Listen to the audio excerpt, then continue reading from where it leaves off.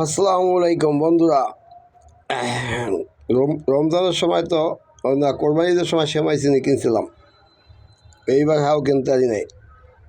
Balance নো হাব, money is the নো হাব। টাকা নাই, হিসাব নাই, সম্পদ নাই, হিসাব নাই। 100% হালাল খাদ্য ইফতার করছি এবং ওই যে শাওয়াল মাসের খাদ্য খাইতেছি, রোজার পরের মাস হালাল খাদ্য। এই খাদ্য খাইয়া নামাজে ঢুকবো। খাদ্যের ভিতরে যদি কোনো ভেজাল থাকে আমার নামাজ হইতো না, নামাজ নষ্ট হয়ে যাবে। খাদ্য নামাজ কবুল হওয়ার সর্বপ্রথম শর্ত উপার্জন হালাল, 100% হালাল। তারপরে না নামাজ। আসসালাতু মিরাজুল মমিন, 24434। এত সহজ নয়, বুঝতে পারছেন? আজকে ঈদ চালু নাকি? আমার কাছে এই মুহূর্তে পকেটে ইন টোটাল ব্যালেন্স সারা পৃথিবীতে আমার নিজের কই জানি 60 টাকা আছে ঘরের, সম্ভবত অনলি অন। আর রোজার আগে যে দোয়া করছিলাম, অনেক আগে রোজার জন্য বলছিলাম যে খাদ্য দোয়া করতেছি, উপরে থেকে 1 ফোঁটা পানি পড়ছে, রহমত খাইয়া লাইছে ব্যাঙে। ব্যাঙে খাওয়ার পরে পাশে আসলো একটা হাফের থাবা দিয়ে ব্যাঙ খাইয়া লাইছে।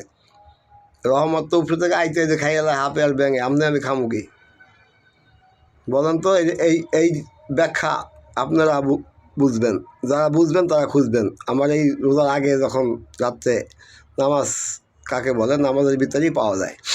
আসসালাতু মিরাজুল মমিন, নামাজে আল্লাহর পরিচয় আছে।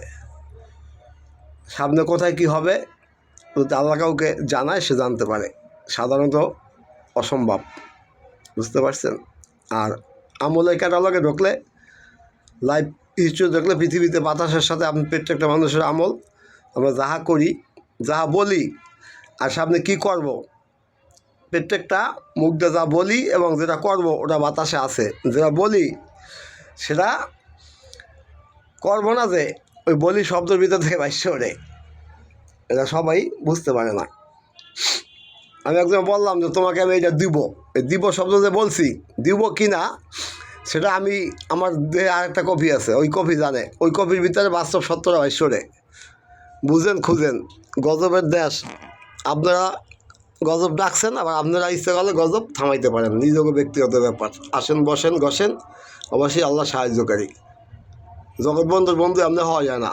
সম্পদ ওটি আমার দরকার নাই, শুধু আল্লাহর কাছে বলছি লবণের মতো জীবন দাও, কিন্তু আল্লাহ মাঝে মাঝে বেশি লবণ দিয়ে দেয়। আল্লাহু আকবার, আল্লাহু আকবার, আল্লাহু আকবার।